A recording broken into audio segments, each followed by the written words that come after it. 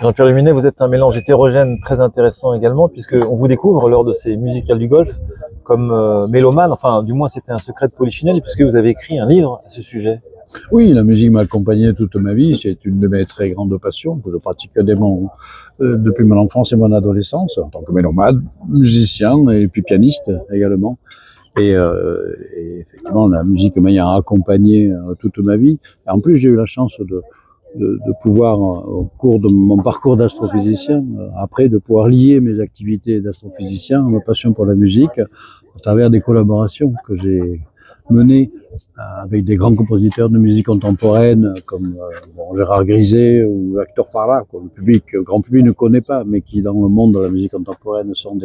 des grands noms, pour la conception d'œuvres, des créations musicales, faisant intervenir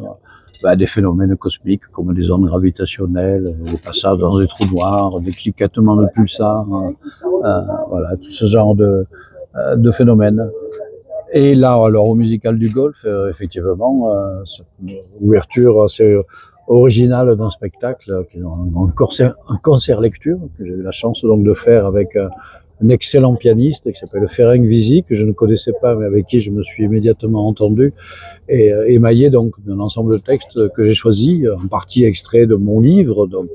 que j'ai publié il y a quelques années, mon livre sur la musique, qui s'appelle Du piano aux étoiles, qui raconte à la fois un petit peu mon propre parcours, modeste parcours de musicien mélomane, et puis après, effectivement, toutes ces collaborations que j'ai développées, puis après les concepts historiques d'harmonie des sphères, tout un ensemble de choses. Et donc, il y a eu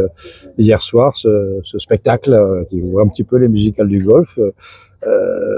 sur le cairn de Petit-Mont, un endroit absolument superbe, au moment du coucher du soleil. On a 800 personnes, donc ça fait plaisir de voir aussi ce public, avec également pas mal de jeunes, quelques enfants aussi. Je ne sais pas ce qu'ils en ont retenu.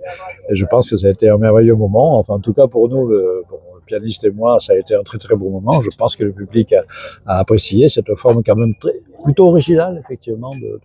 de spectacle mêlant la musique et l'astronomie de façon pas arbitraire, mais je pense au contraire très pertinente, puisque musique et astronomie sont liées depuis l'aube des temps.